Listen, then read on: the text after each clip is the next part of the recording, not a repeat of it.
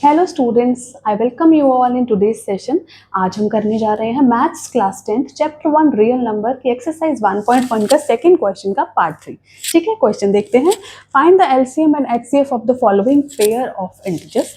ये जो हमें इंटीजर्स का पेयर दिया हुआ है, इसका हमें एलसीएम एंड एचसीएफ निकालना है एंड उसके बाद सेकेंडली हमें इस फॉर्मूले के थ्रू ये दोनों को वेरीफाई करना है। तो चलिए स्टार्ट करते हैं।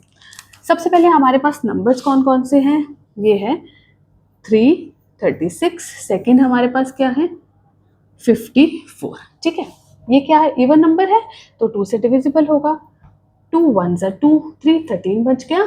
2 6 ज़ा 12, 13 16, 2 8 ज़ा 16। ठीक है, 2 8 ज़ा 16, 2 4 ज़ा 8, देन 2 4 ज़ा 8, 2 2 ज़ा 4, 2 2 ज़ा 4, 2 1 ज़ा 2, देन 3 से 3 7 ज़ा 21, 7 1 ज़ा 7। ठीक है, ये हमारे प्राइम फैक्टर्स हो गए 336 के। अब हम 54 पे आते हैं। 54 4 है यानी कि 2 से डिविजिबल होगा।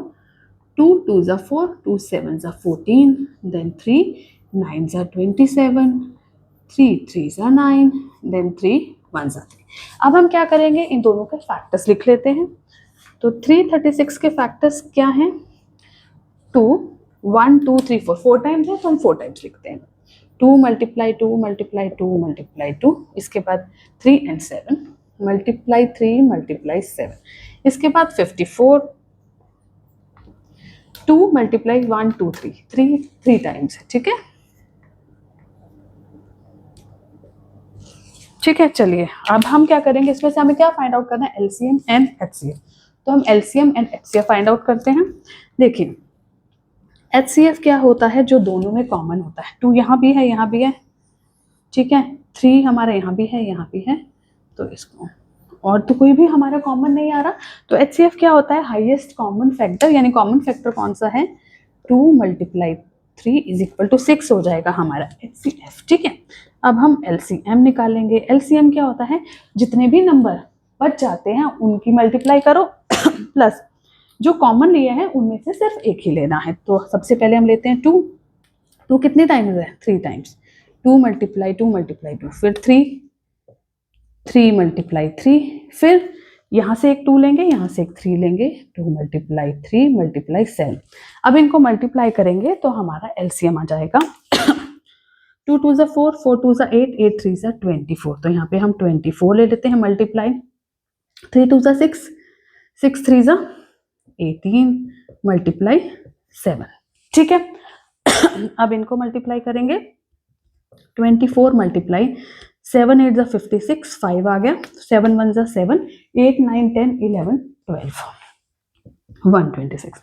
तो 126 को हम 24 से मल्टीप्लाई करते हैं। 126 मल्टीप्लाई 24, 4 6 ज़ा 24, 2 आ गया, 4 2 ज़ा 8 10, 1 कैरी, 4 1 ज़ा 4 एंड 5, 2 6 ज़ा 12, 1 कैरी, 2 2 ज़ा 4 एंड 5, 2 1 ज़ा 2, तो क्या आ गया 5 5 10, और ये आ गया हमारा एलसीएम 3024।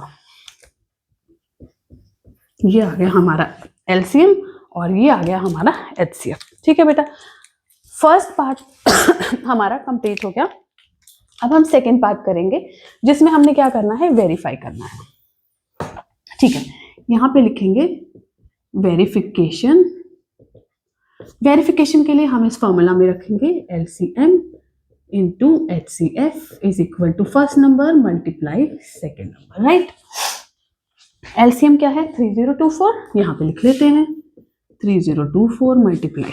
एचसीएफ क्या है 6, यहाँ पे 6 ले लेते हैं। फर्स्ट नंबर क्या है 336, यहाँ पे 336 मल्टीप्लाई सेकेंड नंबर क्या है 54, तो चलिए 54 लिखते हैं। अब हम क्या करेंगे, इनको मल्टीप्लाई करेंगे।